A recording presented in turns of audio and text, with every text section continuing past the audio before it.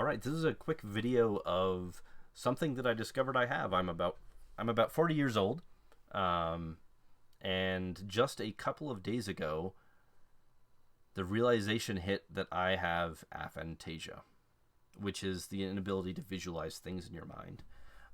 I was on Reddit, and I came across a question that said, do people really picture things in their minds?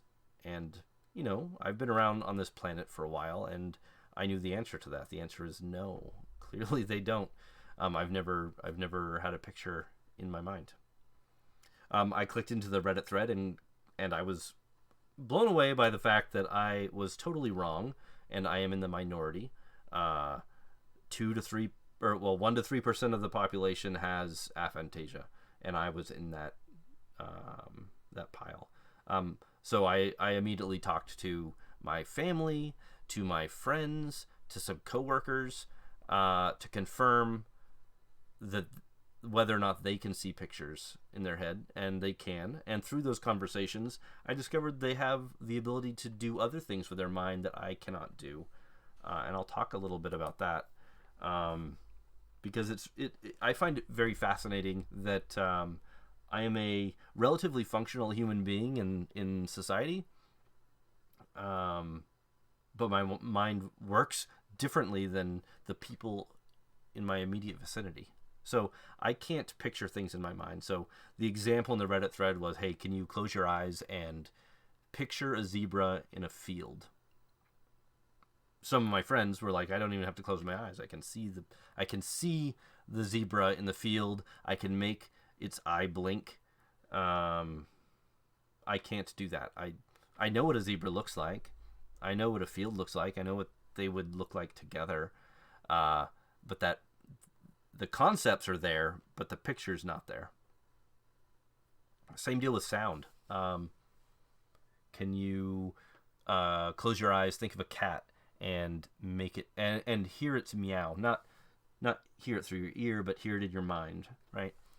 I can't do that either. That's not something that my mind is capable of. When I hear sounds, or when I think of sounds, they come off as words, not words that I can see, because I can't see words in my mind, but they're concepts that I have. So if I think of a cat, I just think of the word meow. Or if I think of a rock hitting a roof, I think of thud or bang or whatever.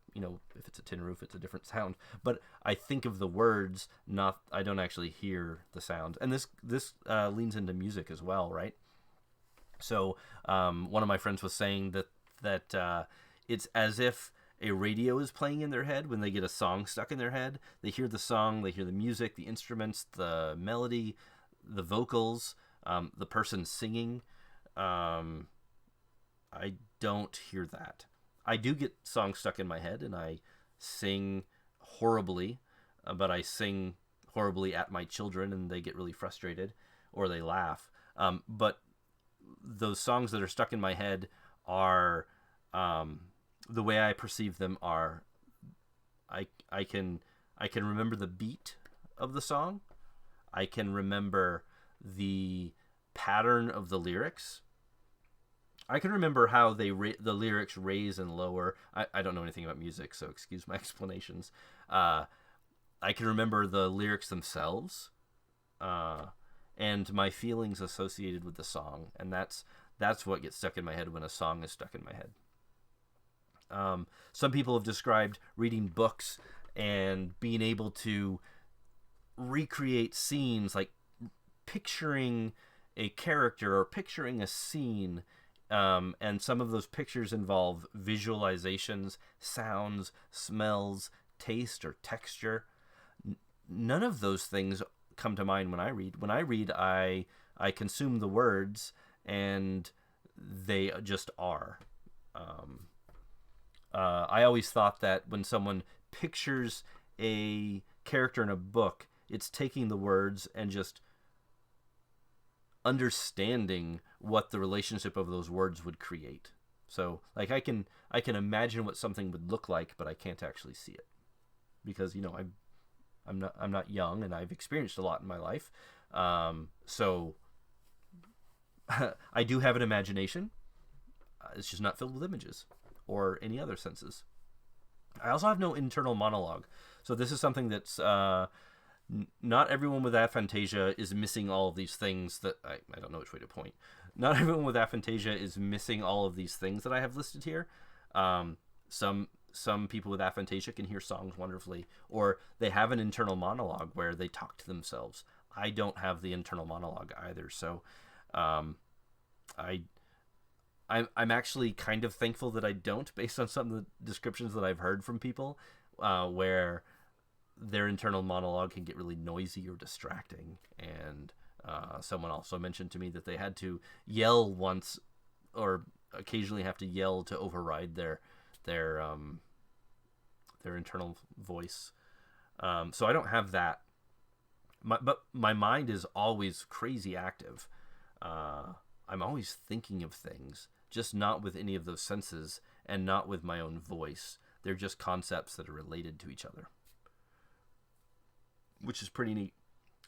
Some of the downsides to this discovery of my own state of mind is that's a little hard to digest and realize. Other people have the ability to do things that I can't, to see things that I can't, or re-experience things in a way that I can never do. So that feels a little weird. I'm not sad about it. Or I don't know if I'm sad about it yet. Where I do get a little sad is, like, I think about people that have passed away that I know. My grandfather just passed away a couple of years ago, and my grandmother fairly recently. I can't see their faces in my mind. I can remember their faces, sort of. I can remember, the shape of their, this sounds weird, but the shape of their head, how big are their noses. I can remember their smiles. But knowing that other people can conjure up an image of them, and obviously that image might fade over time, right? That's where pictures are great. But I can never see those faces again without a picture. Which is, thank goodness for pictures. But then the realization hit yesterday. I was talking to my wife, and I was like, what if I go blind? My mind's eye is blind. So I can't see anything in my mind, but at least right now I can see things with my eyes. If I go blind, I would never see her face again. I would never see my kids again. And that's a sad thing to think about. So that's where I might get a little sad. Same deal if I went deaf for some reason. I'd never hear their voices again. And that feels weird, right? Knowing that there's a sort of finality to those experiences if I lost one of those senses. My aim is to not lose any of those, so I'm good. So that's a really interesting thing to process. One of the things that has been fascinating in all of this is trying to describe the way I think. I draw pictures. I do illustrations. I've done a few big projects. I've done a book, and I do, I've done commissions over the years and small art projects for work. I do all that without seeing the thing that I'm trying to draw in my mind. The children's book that I illustrated. It's an interesting example, right? Because, like, I was the illustrator. I came up with and composited the pictures. I never saw them in my head, but the concepts of what I wanted to do existed. I know what I like to see. I know the colors that I liked, how colors go well with each other, how shading works, right? So I could build the picture in my mind without seeing it, and that's how I drew the illustrations for the children's book. And that's how I approach most fantastical things. Like if I draw characters for people, like the concepts are there, the visuals are not, and the visuals are what I create. And sometimes through the process of creation, there's an evolution in my idea. Like most artists, right? Like no one thinks of the perfect thing and is able to immediately recreate it, or well, not many people. So I go through a similar process as everyone else. I just don't start with a visual in my mind. Yeah, that's describing all this stuff to people who see pictures and hear sounds and have an internal monologue has been really challenging. It's been fun to try to describe it, but confusing as well. People, if you picture it this way, people with the ability to see pictures in their mind, right? When they try to describe how they think, it's something that resonates with me because I've got eyes and I can see things that are, I can look at pictures, I can look at my surroundings, and the idea of someone describing, hey, I see this thing in my head, that makes sense to me. Or I hear this thing, I've got ears, right? I can hear. Me describing the way my mind processes information or recalls things has been tough because it's very abstract. Like I can only say like I remember the concept of this thing, or I remember the relationship of this word with this other word, but I can't see the words. My sister asked me, well, how do you think of a checklist in your mind if you don't see words, or you don't see the actual checklist with things written out on it? How do you organize things in your head? And that was a really hard question to answer. The way I answered it was I have organized concepts in my mind, and the relationship of one with the other is how the order occurs. And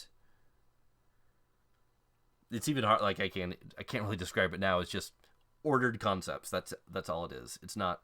There's nothing visual. I can't but things can be in an order in my mind. So all super interesting experience. If you're recently learning that aphantasia is a thing, and you're looking around for videos and you stumbled across this one, hopefully this has been helpful. You might not have the full lack of all of these things over here, and if you aren't lacking all of that, that's great. If you are, you're not alone, because that's me. But feel free to comment, leave comments or whatever if you're going through a discovery process like I am, or you have questions or thoughts on this whole thing. It's a little wild. Anyway, thought I'd share. This is I know a long video. It's but it's something that I'm going through honestly really late in my life. There's some resources that are out there. Just Google Aphantasia. There's aphantasia.com, which is a place you can get some more information, and they do some research there. I just found that 2 days ago. Anyway, hopefully this is helpful or informational at least. Thanks for watching. Bye.